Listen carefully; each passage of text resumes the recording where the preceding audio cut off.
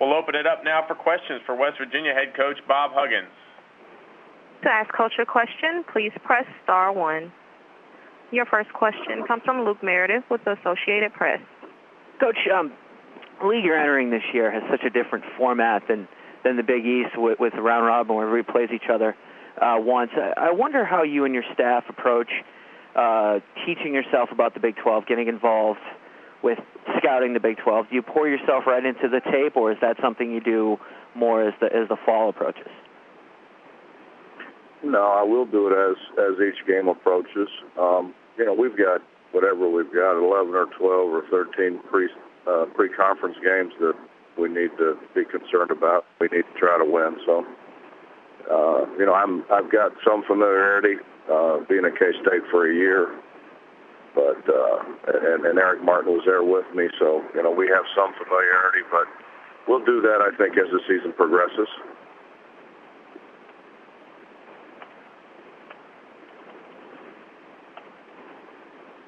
Your next question comes from Justin Jackson with the Dominion Post. Coach, how are you? Justin? Hello, Coach. Can you hear me? I can hear you. Okay, good. Hey, I wanted to run over something real quick with you. With you got both Browns and Staten coming eligible this year, and Hines and Humphrey transferring in. You seem to have a good depth now at both guard positions. I'm just kind of wondering, is this the kind of guard depth you've always wanted, and what kind of advantages can you have, having more guards to work with this year? Well, Justin, as you know, my first year we had Darius Nichols, and Joe Mazzulla was really wasn't a point guard. And then, Joe worked really hard. Joe became a point guard. We brought Chuck Bryant in, and then Joe got hurt, so we only had Truck.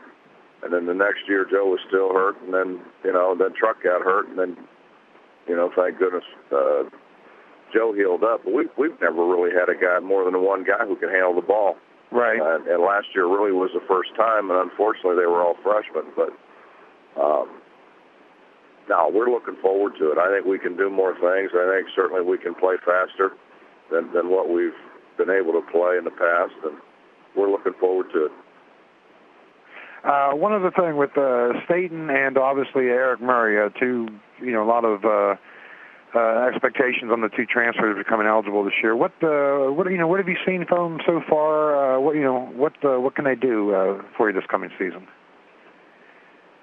Well, I think Staten is a true point guard. You have 190 assists in the A-10. You're a pretty good point guard. I think he's a pass first guy. He's got great explosion, and we're looking forward to him being able to push the tempo a little bit for us. And, and Eric's just, he's big and he's long and he shoots the ball really well. And I think he's going to be a factor around the rim for us that probably, quite honestly, we haven't had in a while. Somebody who can block shots. I think he's going to be able to rebound the ball. I think, certainly he needs to be able to rebound the ball. And particularly if Dennis doesn't improve as dramatically in that category as he did from his sophomore year to his junior year. Is he a different player than KJ? He is much different than KJ. Yeah. He doesn't have KJ's strength.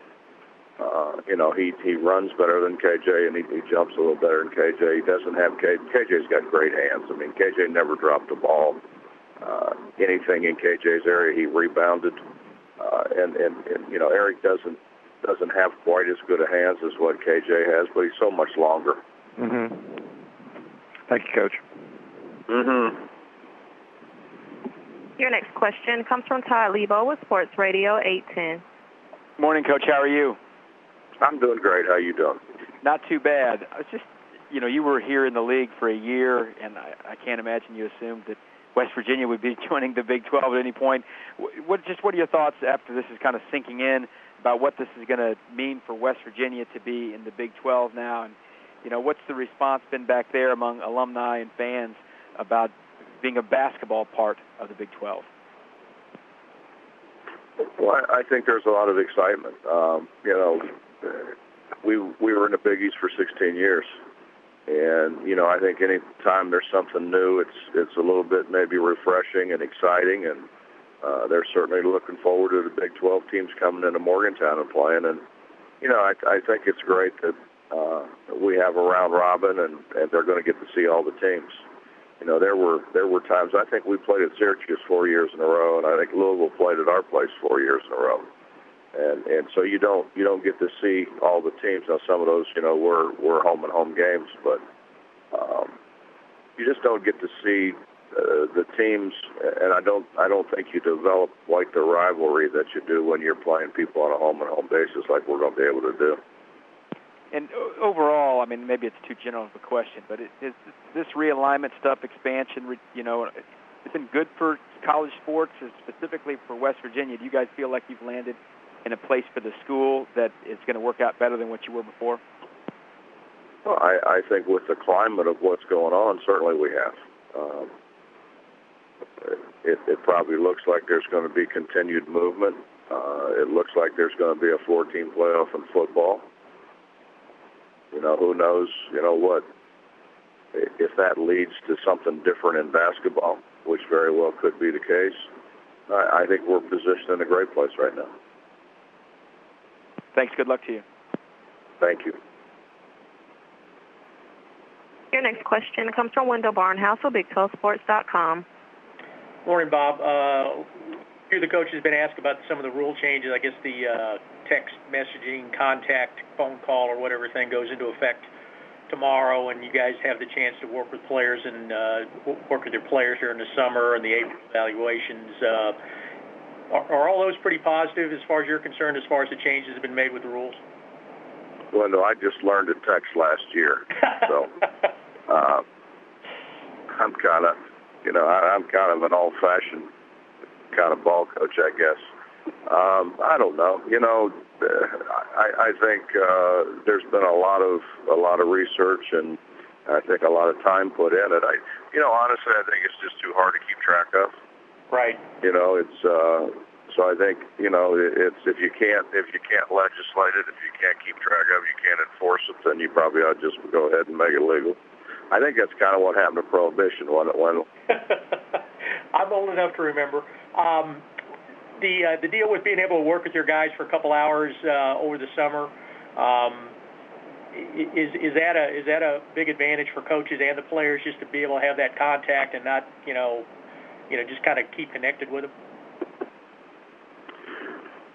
Well, I've had this discussion with many on many committees and with many NCAA members. You know, we're supposed to be responsible for them 24 hours a day, but we're not allowed to talk to them. Right. We're not allowed to be around them. You know, we're really not allowed to be involved in their academics, you know, to the extent of finding out really what's going on in the classroom. So, yeah, I think this is very, very positive. You know, we've fought long and hard as a body for access, and, you know, I'd like to have a little bit more access than 2 hours a week. Right. But I think 2 hours a week is certainly a step in the right direction. And, you know, I mean, I don't think anybody would argue that certainly the more time they spend around coaches, the better off things are going to be. Thanks, Bob. Appreciate it. My pleasure.